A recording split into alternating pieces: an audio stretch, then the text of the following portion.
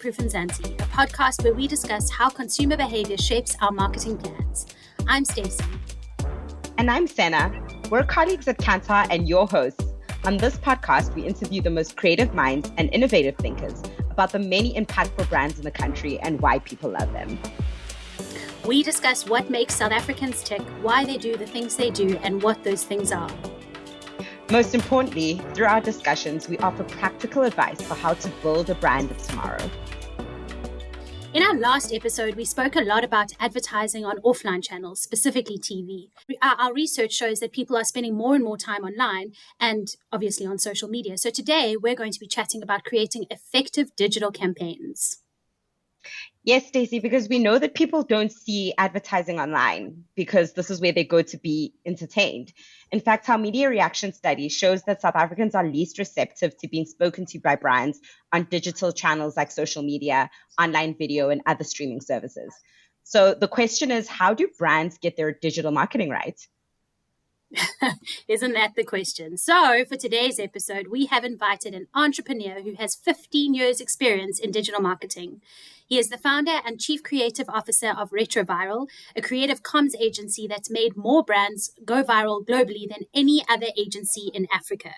He is also the co-founder of influencer marketing platform webfluential.com, sports stats storytelling agency Retroactive Digital, and athlete ecosystem matchkit.co. He's also written 2 books, The Best Stick and Brandlism. Of course, we're talking about none other than Mike Sharman. Welcome, Mike. We're so thrilled to have you on Future Proof and Zanti. Thank you so much for having me. Geez, that was quite a mouthful, that intro. So here we go. It was a mouthful. I struggled. Mike, before we dive in, we'd like to ask you a bit about yourself. Could you give us a brief overview of your career journey and what inspired you to start Retroviral? I think the journey in a tweet was that I was pretty good at languages and humanities at school. I had a bit of an inkling about what I wanted to be when I was big, and kind of vacillated between thinking about something like law or something more in the arts around performance, acting, etc. And off the back of that, I actually gave myself a chance to go to Hollywood. I did some stand-up comedy. I learned how to write some content in a live performance space. And after that, spent a year pretty much running a play as my first startup at Wits. And then the profits from that took it to Grahamstown to the festival. And off the back of that, I realized that I didn't want to be a struggling actor for the rest of my life. To my parents' joy, they said to me, sure, you're never going to have a bond, eh? You're never going to have medical aid. The number one fear of white people in this country. So, fortunately to their joy, I got into the world of comms and started working at an agency called Tribeca, which is still proudly operating out of South Africa today. And then, I won a fancy dress competition, as you do, to go to London. And I started working on the LG account.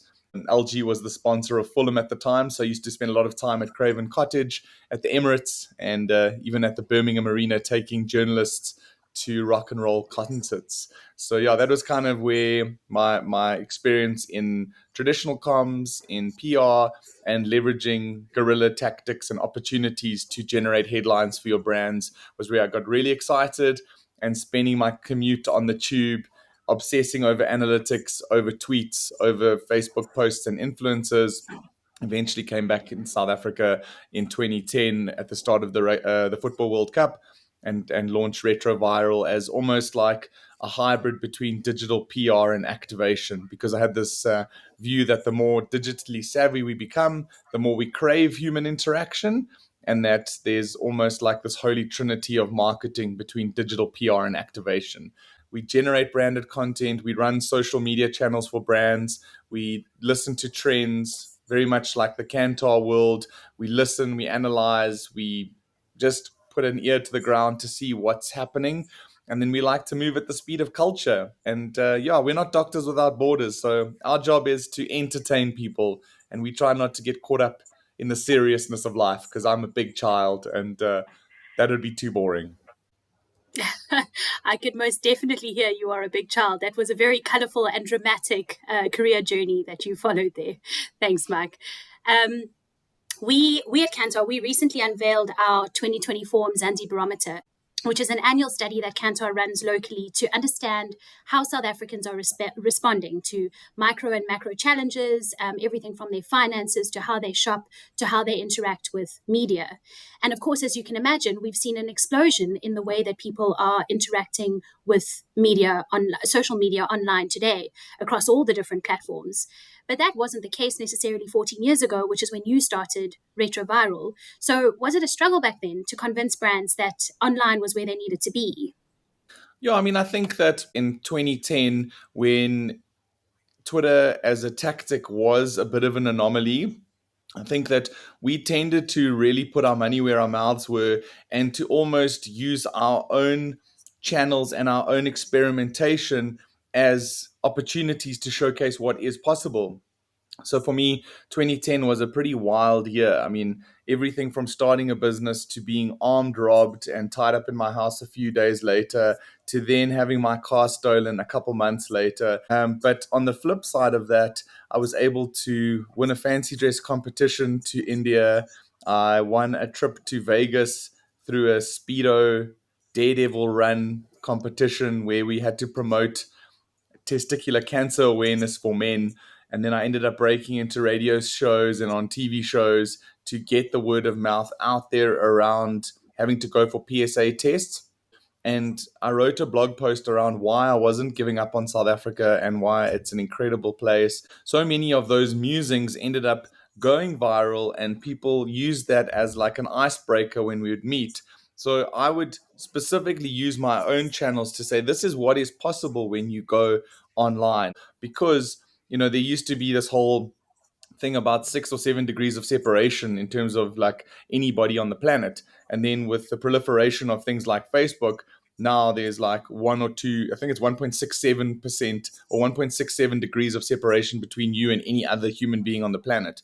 So we said to Nando's, like, you shouldn't be spending R250,000 posting your tactical idea, inverted commas, to the newspaper because your lead times are too long and you will have lost the opportunity to move at the speed of relevance.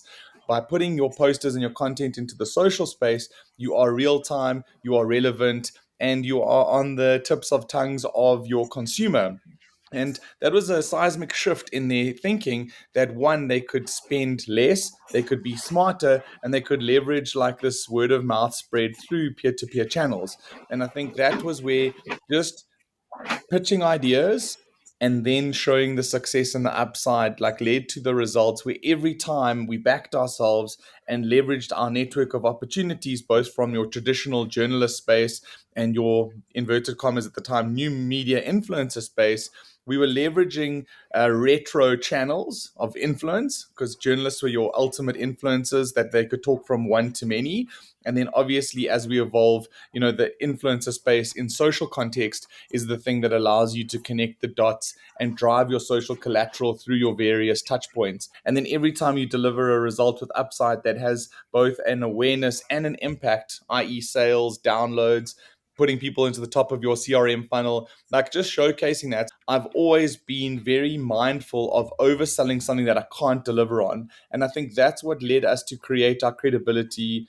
We won our first Cannes Lion in like 2011, 2012 or Fernando's campaign. I don't even know what Cannes Lions were, but those were like quite a big deal and a big signal to the market that then allowed us to work with different agencies, different brands directly until we got to a stage in 2015, 2016, where we started winning clients directly with brand and then put us into a space of very disruptive, very challenger, virality opportunity. And for me, it's like there's a huge amount of science linked to that. It's not just a hope and a prayer. It's based on elements of remarkable content first, the right audience that includes influencers and earned media, and then obviously generating the third R in that relationship is results, because there has to be some kind of impact for the brand, purchases, interest, leads, etc.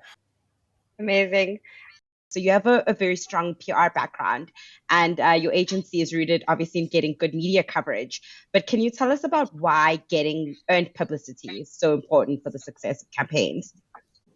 So the reality is, like, if you're paying for a paid media campaign and you're pushing a piece of content, like, the ecosystem and the universe of those eyeballs is only so great. Like, you'll saturate your point of maximum impact for your audience. And regardless if your customer is seeing that 7 times or 13 times or 20 times or whatever the textbooks say you need to engage with your audience in order for them to finally consider you through an integrated marketing comms approach. I think the reality is that there's still an air of credibility that comes with a campaign being on the news. Like when we worked on My Creepy Teacher, and that made it onto the primetime news on ENCA, on Morning Live, on blogs out of Mexico, on podcasts out of Australia. There's something around an authoritative expert giving kudos and credibility and gravitas to your campaign that then allows it to tick over into a whole new space. So when other people and commentators are saying that your work is that good, it then reinforces to a customer, this brand is doing something different and we're here for that. And then the upside of being on earned media channels, whether it's TV, radio, or just in digital or print, is that all of these channels now have some kind of digital real estate. So if you're on the primetime news on ENCA, that then filters into a video post on YouTube, on Twitter, etc.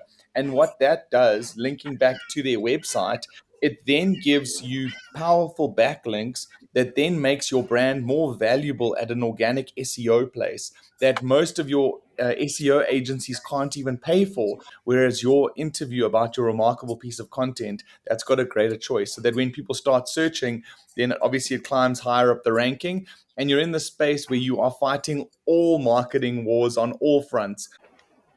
Yeah, so you're talking about a fully integrated campaign, sweating your assets and kind of sharing a message across all the different platforms. We spoke in our first episode. We spoke with Artwell Nwala from Google. He's the head of creative in Google, and he was talking about how to create the type of content that isn't skipped on YouTube. Obviously, if we take that a step further, what we're really looking for is ads that go viral because not only are they not skipped, but they're loved so much that people share them with friends and family. And I think that's exactly what you were explaining to us. Like, get it in with the journalists, get it in with your friends and family if it's content that you can get behind. So, I mean, are you able to summarize for us what a winning formula for creating a viral campaign would look like? I've always had this saying about stand-up comedy and marketing being cousins. I mean, like, we tend to focus on like humor-driven content. Stand-up comedy is all about the premise and the truth. Marketing is all about the insight and that golden thread, inverted commas, that we sell on a daily basis. But if the premise is based on a truth, think about your favorite stand-up comedians, think about Trevor Noah, whoever that may be. Their comedy is built on a truth first. And the truth is something that all people can nod their heads to. So if I'm doing a stand up comedy piece about rap, people in the audience, regardless of their race, their gender, their background, someone has a view about rap. So, what's weird about rap is like all rappers have those like scary husky rapper voices. Oh, where would I be without you? And like, whether you like rap, country, R&B, whatever, that's something that Sena now is like you're nodding your head to, because that's something that we can all associate with. And that's the most important part, is like getting a premise that is universal and it's something that all people can identify with, because then once that premise has been landed, you're more likely to stay on the piece of content, to identify with it, to say, oh, this thing's funny. And remember, people share things as a reflection of themselves. So if you share something with your friends and family, you're comfortable in the sense that this is funny and it proves that I'm cool because I've tapped into this thing that's like trending and it's new. And I want to be seen as an influencer within my own circle, to say, like, I'm the one sharing the forwarded many times thing first in a WhatsApp space. And then once that premise is landed, you then develop the act out and the funny. And the funny is the thing that then keeps people hooked till the end and makes it addictive and shareable at the end of that. And then off the back of that, once you get it out there, you have to be able to share it to the right people. And the right people is a mix of journalists and a mixture of influencers and a mixture of people in your workforce, because sometimes our staff, our employees, our brand, all of those people are a really good mix of individuals to share that. Like brands have thousands of people, and it just takes one or two of those opportunities mixed with the influencers and the media to be able to own the conversation for the day. The great thing to also add to that about traditional media is that something can trend on TikTok for an entire day and then be done. If you make it into the news cycle, you could be on the news every day for 7 days, which then filters back into social, and it gives your campaign longer legs and a life cycle that is longer than that goldfish memory opportunity that exists in social. Yeah, that's amazing. And how would you bring in brand? One of the key things we know is to create good content. We need to make sure that the brand stands out. So how do you integrate that brand in these sort of campaigns that we hope to make viral? So it's so important that you've got a good brief first and foremost. I think like that's quite a critical part of this whole storyline. Like perfect example, last year Rugby World Cup, the Springboks have 50 plus sponsors. So there's everything from buckies to footwear to data, all kinds of products, right? And the one brand that's been with the Springboks for 30 plus years has been Castle Lager. But important to cut through the clutter is being able to do things differently by still being able to be true to your brand, your intrinsics, your extrinsics, all those great touch points that our brands need in terms of success. So when we were briefed to look at a way to cut through the clutter and stand out from all those 50 plus brands, we start at the inception point of Springboks. They are the heroes and they are used as characters in all the touch points, whether it's banks, whether it's scrumming a Hilux. But when we looked back and we did our research, we said, what is the one thing that actually makes South Africa and on an African level a little bit different? And the reality is that we are raised by our grandparents. And, there's a whole host of reasons why that occurs. And, there's obviously negatives and social ills. So I'm not going to get into that for this discussion. But the truth is that we are raised by our grandparents. And if you look at so many of those shows like Chasing the Sun, Makazole references it, Sia references it. In the recent Chasing the Sun, Kurtley references it. All these different characters talk very much about the importance that their grandparents played, and specifically their grandmothers, in raising them to be great young men. So we thought, instead of making it about just beers with a bock, why don't we have a beer with a bock gran? And then speaking to grannies, they are true, they are honest, they will tell you, and they don't put the boys on a pedestal because they are Springboks. They put them on a pedestal or criticize them because they are their grandsons. So we traveled around, interviewed Malcolm Marx's granny, Bongi Mbanambi's Gogo near Harrismith, and then Franco Mostert and his wife's Omars. There were three of them. And we got this beautiful, like patriotic South Africa, everything that the brand stands for. But the beer was almost like a cameo appearance in the story. The story was greater than the beer, but the beer fitted in perfectly into the narrative when we shot that. And I think that's where those understandings are so important. And the pressure on clients and brand to write better briefs. There are obviously clients of ours who write immaculate briefs and they help us in our direction. The ones where we do struggle with are ones where the briefs aren't clearly articulated, and a good brief has an objective, it has a business objective, and it has a time associated with that. And that objective is certain KPIs, it has certain deliverables. Like the more information that you can provide to your provider, your agency, your creative partner, your in-house team, the better your ability to deliver on those objectives is. Wow, Mike, that's amazing. My grand personally loved a good beer, so that was very wholesome for me to see. I want to talk about your book, The Best Dick. What a name. And you talk about in the book that in your early days, you landed Nando's as a client and you took the amazing content that you were creating and you gave it extra exposure by making it go viral. And the advert in question was The Last Dictator Standing. Could you talk us through that ad and how that campaign like sort of all unfolded and perhaps what learnings there were and how they could still be applied today in the digital marketing context? Yeah, I mean, that relationship at the time, it was very much like we started our agency and we were very niche. Like we leveraged influence, we worked with influencers, we worked with digital media, and we were almost a supplier to partners. And that was that example with Nando's at the time. Black River FC was the agency. They did an incredible job with the brand. And our role was very specifically around amplification at the beginning. So Black River had this amazing script. It was all around the dictators, and it was about a meal for six. So it was all about, like, Mugabe was alone because all of his dictator friends had passed away, and then he kind of revisited all these ridiculous and absurd moments of playing in the sand and making sand angels with Saddam Hussein and a whole mixture of other characters, from Idi Amin to the crocodile and all these other dictatorial characters. So we said this is a beautiful ad and the ad's going to do incredibly well. But how does it infiltrate the social space? And exactly back to your question, this is still something tactically that could work very much today. And it's stuff that we still would work through in our current kind of workflow. So it's as relevant today as it was in 2011. So remarkable content, once again, was the TV commercial piece. The social thing was, the story was all around who would you take to dinner? Like, who are the six people, living or dead, that you would want to take to dinner? And people love that. Oh, who would you invite to a dinner party? Who would you bring to book club? And then it's something like, oh, you'd have a rock star, you'd have Mother Teresa, and then everyone, like, to be sure that you very like liberal and you democratic, you have to invite Nelson Mandela for dinner. And then we started using influencers to ask their audience, who would you invite to dinner? Hashtag meal for six. And if you use that hashtag and gave us your answer, you could win a voucher for the six-person meal. And what was great about that part was people started tagging real celebrities in the question.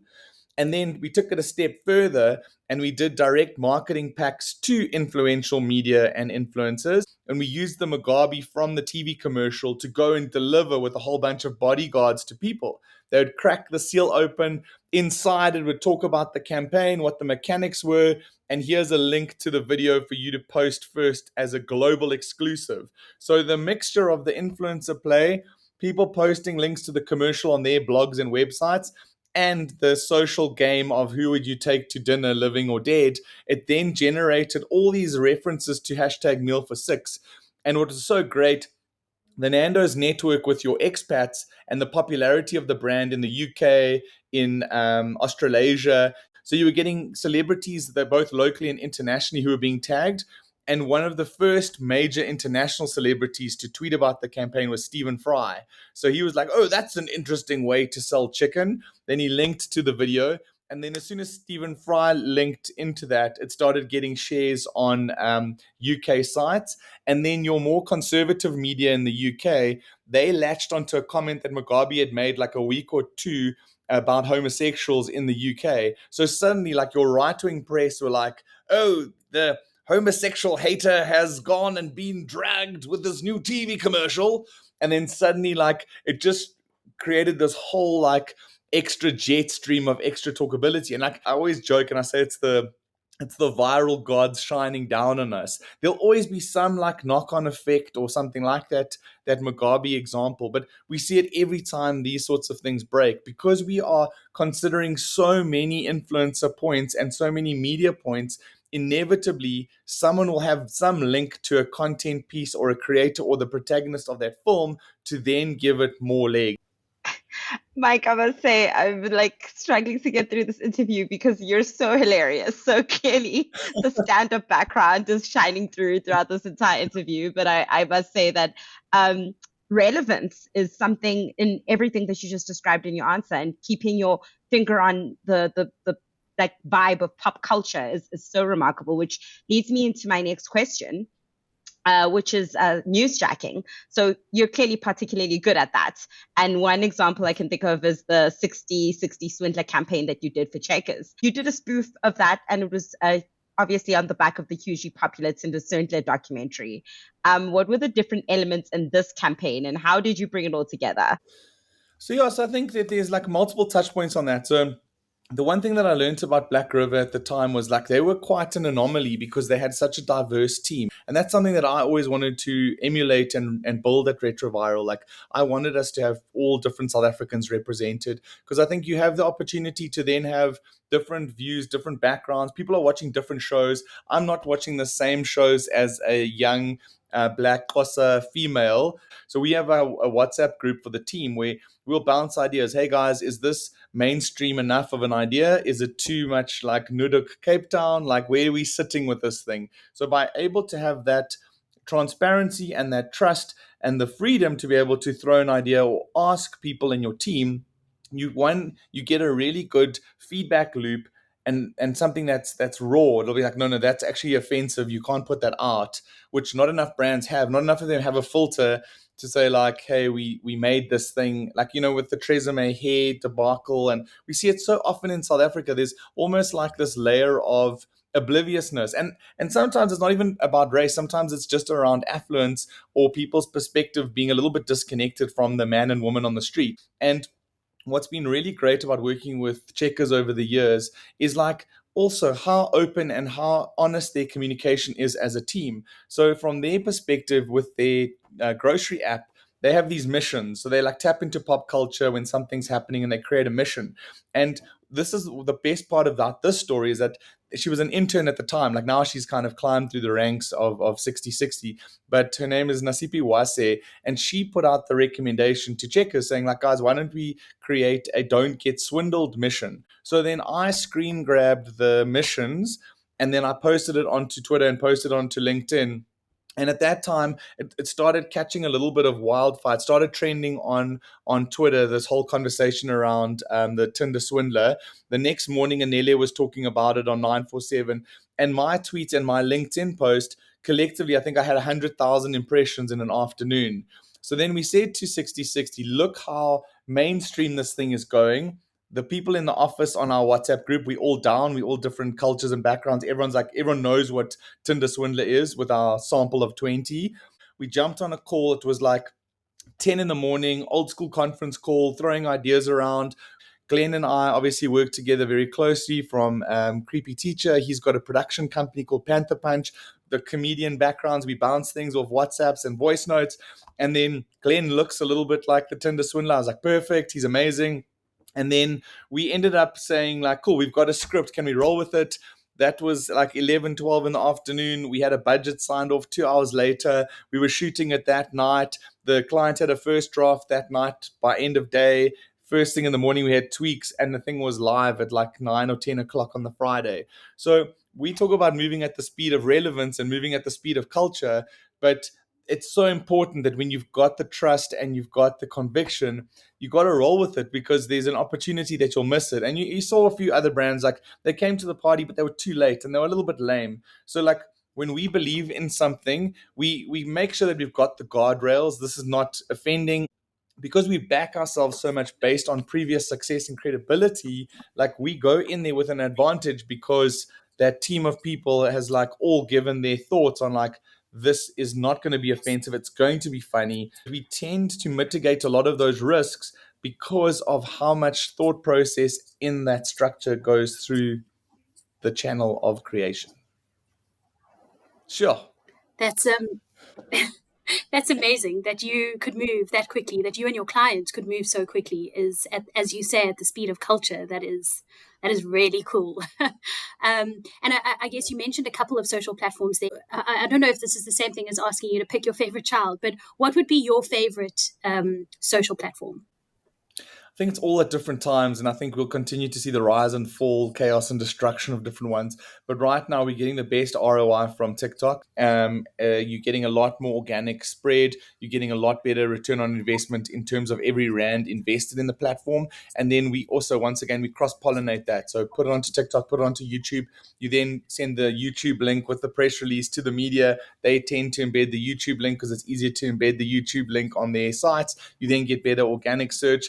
I find like TikTok is incredible, not just for a younger audience, but even driving like a solar marketplace campaign we did for home at the end of last year. We took the traditional end of year Christmas trope with two boys waking up so excited. They run downstairs. You think that they are going downstairs to greet Santa. They arrive at their roof and there's a man walking down the ladder in his red overalls, which turns out to be Solar Man, not Santa. And they've written a letter. Thank you, Solar Man, for lightening up our lives. And there's this dude like so confused because he's just there to like hang up some solar panels. And once again, you serve the premise, you serve the expected, and then you flip it to the unexpected. And I mean, off the back of that, we purposefully focus the media spend on a slightly older demographic that would have more disposable income. And then off the back of that, tens of thousands of leads that went into the top of the funnel for the brand because of the premise, the remarkability, and oh, here's an interesting solar man, which then coupled with the PR and opportunities in the earn space, then gave us more organic spread and excitement and reach. Yeah, thanks, Mike. That's actually exactly what we found through our Mzansi barometer study. We recently presented the results back together with Greg Bailey, who's the agency lead for Sub-Saharan Africa at TikTok, and we also found the same thing, that TikTok is just absolutely exploding. It's got such high engagement, and so yeah, we can definitely concur that is something that we are seeing on the consumer side as well. Yes, and speaking of, virality and everything, influencer marketing is really becoming increasingly common. How do you choose the right influencers to collaborate with, and how do you work with them? For me, like as we've kind of progressed on this journey, some of the branded content pieces that we work more with nowadays are influencers who are more content creators with a channel and an audience. So for me, like that's where guys like Glenn Biederman, Pam, Donovan Goliath, Nina Hasty, like those sorts of characters, they are funny, they are natural comedians, and they are professional comedians, but they also have a channel in which you can disseminate the content, because so much of those opportunities give you an extra 20 or 30,000 views organically by using the right partners. Thank you so much for joining us today, Mike. It's been a really awesome discussion. I have actually been taking notes, and I'm sure our listeners will have learned a huge amount. Before we go, we like to ask our guests something a little bit more general, just to get a glimpse into what interests and excites them. So, Mike, other than your own work, what is your favorite campaign of all time and why? Dollar Shave Club. Someone asked me this question the other day, and for me, there's just something so beautiful about some dude who was an entrepreneur, started his own business, and then he created this piece of content that when I looked at it working out of London, I was like, this is the kind of stuff that I want to do for a living. Like, I want to create this smash and grab, absurd stuff that gets people talking, that makes the front page of the newspapers. And, my sister reminds me, because she lived in London at the same time when I was there, and she says to me, like, she asked me, like, what do you want to do, and like, how are you going to do this stuff? And I just had this comment that I forgot about, but she reminded me the other day, which was like, I said, I want to put videos on cell phones. And like, this was before the explosion of smartphones. I just said, I think I need to be able to create content that people can access on their phones. And, full circle, I'm a much better director than I am an actor. So for me, like, even now, like, I'll operate as an assistant director on the commercials we make, and I can always offer value in terms of how I want the performance to come out as an alternative option when guys are delivering lines. I'm not a details person, but like when we come to shooting content and sitting on a set all day, like that's the thing that I obsess over, because the more believable the content can be, the more connected your audience will be emotionally. Mike, thank you so much. I've had so much fun at this interview, and certainly laughed a lot and gotten some amazing insights. So thank you for joining us, and thank you to our listeners for tuning in. For more information, you can follow Insights by Kantar on LinkedIn and X. We would love it to hear from you, and so please give us a review, and remember to subscribe on Spotify, YouTube, or Apple so you never miss an episode. Until next time.